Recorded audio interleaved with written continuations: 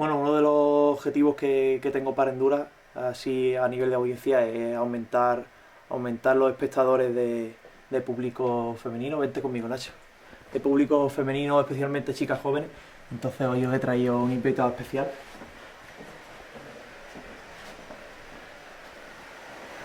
Albertillo, ¿qué dices? Un saludo para Endura TV. Buenas.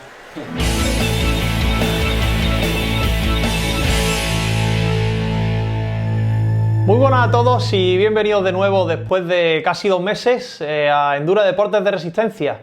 En primer lugar quería disculparme por esta larga ausencia, pero bueno, he tenido otras muchas cosas que hacer y he tenido también algún problemilla de tipo técnico a la hora de desarrollar el contenido que os voy a contar hoy. Y bueno, entre otras cosas he tenido que entrenar porque bueno, si no predico con el ejemplo de qué mierda os sirve lo que os estoy contando aquí. En esta segunda parte de mi análisis de los pedales Bipro voy a contar un poco las conclusiones a las que he llegado después de un uso extensivo de los pedales, así como una comparativa de datos de forma directa, es decir, en la misma bicicleta, con respecto a las bielas Rotor InPower, que es otro tipo de potenciómetro con medición en la biela, en este caso solo en la izquierda, en los dos casos que vamos a ver. Entonces, bueno, han pasado 2 meses, os voy a contar todo lo que he ido aprendiendo y espero que os sirva para poder decidir si este es el potenciómetro que estáis buscando o no.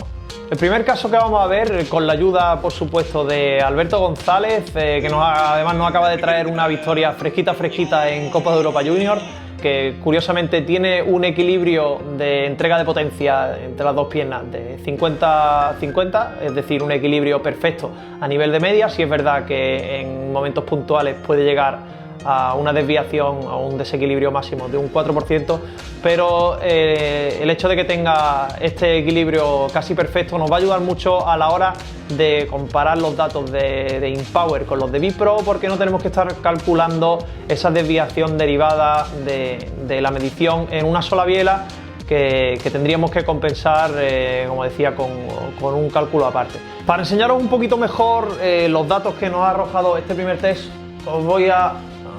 vamos a inaugurar esta pequeña pizarra que me he traído hoy, en la que he ido un poco escribiendo los valores más relevantes que he ido encontrando. En azul tenemos los datos de Rotor InPower y en rojo tenemos los datos de Bipro. Entonces, en esta primera tabla he ido representando los valores de potencia media, que en términos generales son los de mayor relevancia. Y bueno, podemos ver que para la totalidad de un ejercicio tenemos una potencia media en InPower de 281 vatios y en Bipro de 277, lo que viene a ser una desviación de 1,4%, en este caso siendo Rotor InPower superior.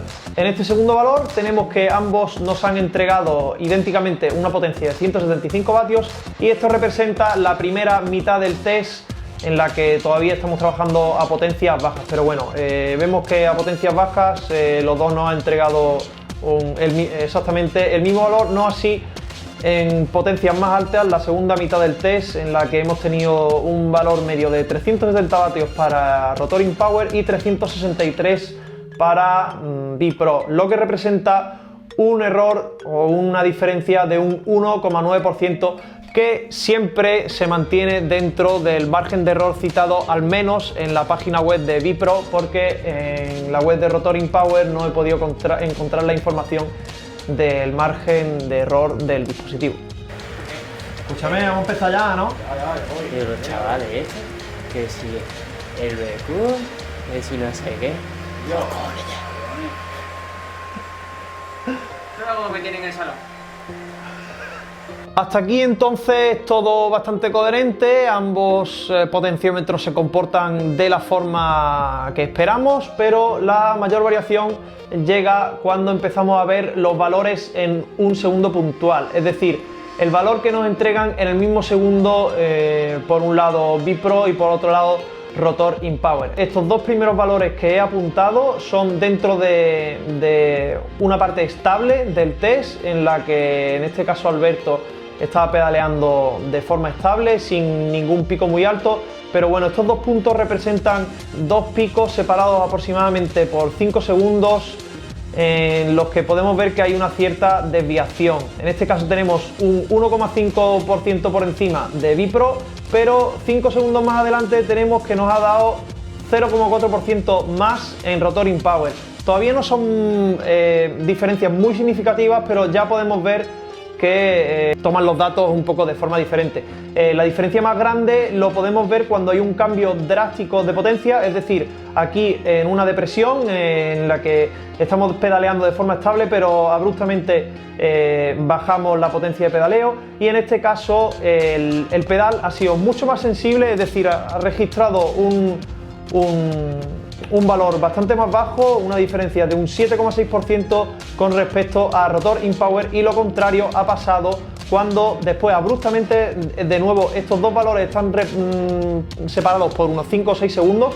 Es un momento en el que hemos bajado rápido de potencia y continuamente a continuación hemos compensado tratando de subirla, y de esta forma Bipro ha dado aquí un 5,9% por encima de Rotor InPower. Ahora mismo no me está haciendo ninguna gracia ser diestro.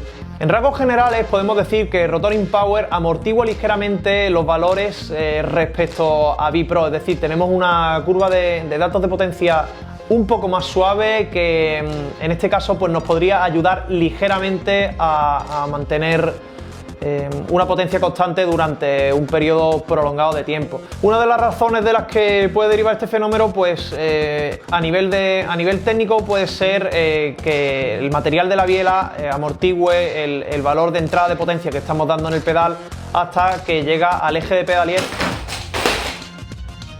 Puede ser el hecho de que haya una diferencia entre el punto de entrada de potencia que tenemos en el pedal y el punto de medición que tenemos en Rotor InPower, que es exactamente en el eje de pedalier, y que puede ser amortiguado por la elasticidad del material de la biela. La pizarra ahora sí la voy a depositar yo tranquilamente en el suelo. La segunda prueba que he podido realizar ha sido con un atleta veterano. Muchas gracias, José Sánchez, por haberte prestado para este test.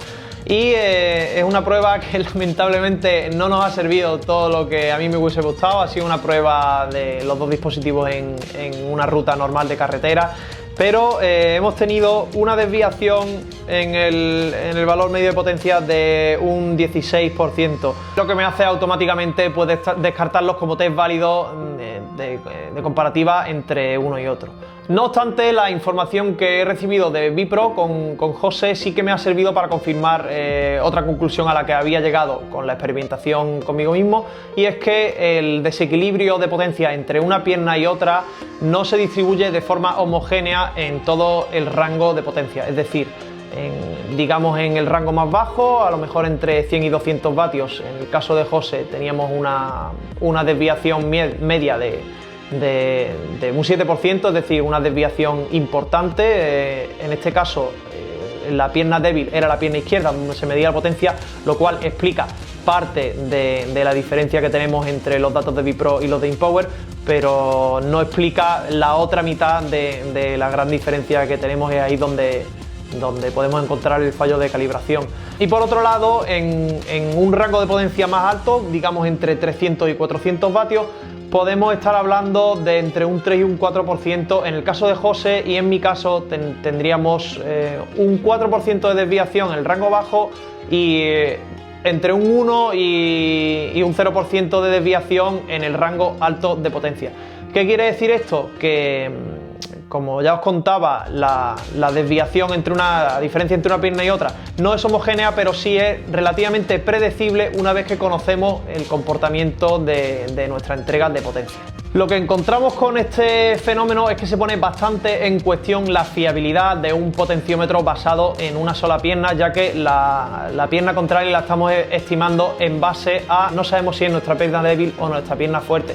Esto no sería un mayor problema si dicha desviación fuese constante y tuviésemos una desviación constante, digamos, de un 5%. El problema es que este valor no es siempre estable y puede variar en función de la potencia general que estemos entregando. Entonces mi recomendación en este caso, pues evidentemente, aunque dependa del presupuesto de cada uno, va a ser que invirtamos en un sistema de medición en las dos piernas, porque va a ser con bastante diferencia mucho más fiable.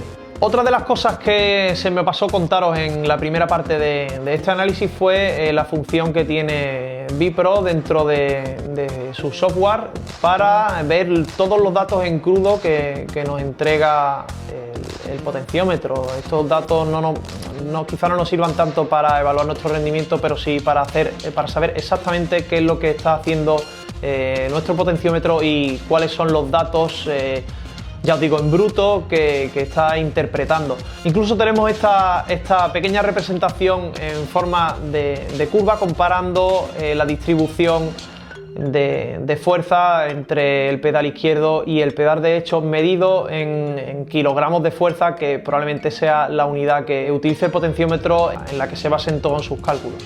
Y para terminar ya de una vez por todas con este análisis, vamos a hacer un resumen general de ventajas e inconvenientes del dispositivo. Vamos a empezar con los inconvenientes, que vienen básicamente derivados con la puesta en marcha del dispositivo, y son: número uno, la instalación, que si no es demasiado engorrosa, sí que necesita de cierta habilidad, no la puede hacer todo el mundo, y no tenemos un método de cerciorarnos exactamente si lo que hemos hecho es completamente correcto. No hay una línea o alguna forma de encajar el pedal en la que nos quede 100% claro que lo que hemos hecho está dentro de lo que se espera.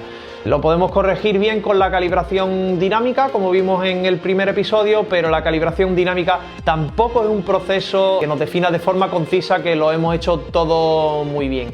Por otra parte, como inconveniente, pues tenemos el software que como ya os comentaba también, no funciona en sistemas operativos Apple, solo funciona en Windows, así que si sois como yo que no tenéis Windows, tenéis que ir por ahí rapiñándoselo a algún colega, y es un poco coñazo. Como ventajas claras, pues en primer lugar, por supuesto, tenemos la versatilidad que nos da tener unos pedales, ya que los podemos cambiar como usuario individual de una bici a otra, o incluso si se los queremos prestar a un amigo, pues es fácil pasarlo de una bicicleta a otra, siempre que nos acordemos de hacer todas estas cosas engorrosas que os he comentado antes, tanto la instalación como enchufarlo al ordenador para cambiar la longitud de biela, etcétera. La cantidad de datos que nos ofrece, en este caso únicamente si hablamos de Vipro con medición en ambas piernas. Si hablamos de Vipro Single, este aspecto va a ser muy limitado y no lo destacaría ni mucho menos como una ventaja. Con ambos pedales pues vamos a encontrar todo lo que se espera de cualquier otro potenciómetro de gama superior. No solo la entrega de potencia, equilibrio izquierda-derecha, vamos a tener eficiencia y suavidad de pedalada, y vamos a tener esta gráfica de distribución de la fuerza entre izquierda y derecha que solo nos entrega Vipro a través de su software exclusivo. El peso, que como ya os decía en la primera parte de este análisis, añade solo unos pocos gramos a lo que sería un pedal equivalente de gama media alta Deluxe, o cualquier pedal que pueda rondar entre 80 y 150 euros. Y por último, pero por supuesto importantísimo, el precio, ya que por 749 euros está compitiendo pues a nivel de datos y a nivel de fiabilidad pues prácticamente con cualquier potenciómetro de gama alta, que lo duplica o incluso triplica en precio. En el caso de Vipro Single, pues evidentemente no está mal como opción para iniciarse, pero bueno, acarrea estos problemas y esta falta de funcionalidad de la que hemos estado hablando. Y por otro lado ya existen opciones más económicas que Vipro Single. Y con esto terminamos por fin el análisis de los pedales Vipro. Por supuesto, agradecer a Training Performance Studio de Toledo haberme prestado el Vipro Single para las pruebas, aunque finalmente toda la conclusión ha sido basada en Vipro completo, que lo he adquirido yo con mi dinero. De esta forma también os digo que el análisis ha sido honesto, no tengo ninguna otra relación con ningún distribuidor de Vipro, así que no tengo ninguna razón para que vosotros lo compréis, más que mi honesta opinión. Igualmente, si estáis interesados en Bipro, echadle un vistazo al enlace que voy a colgar en la descripción, ya que Training Performance Studio nos va a ofrecer tanto un 10% en la compra del producto como un mes gratuito de entrenamiento y asesoramiento para que aprendamos a utilizar y a evaluar los valores que nos entrega el medidor de potencia, que muchas veces pues, nos puede tener un poco perdidos al principio. Muchas gracias como siempre por haber estado ahí, espero como no haberos servido de ayuda y espero por supuesto volver a veros pronto. Pronto, pero esta vez de verdad, a ver si va a tardar otra vez 2 meses. Compadre, te he dicho que he estado liado porque eres así. Si ya se ve, no es pelucón que te has dejado. A mi madre le gusta el pelo así, ¿vale?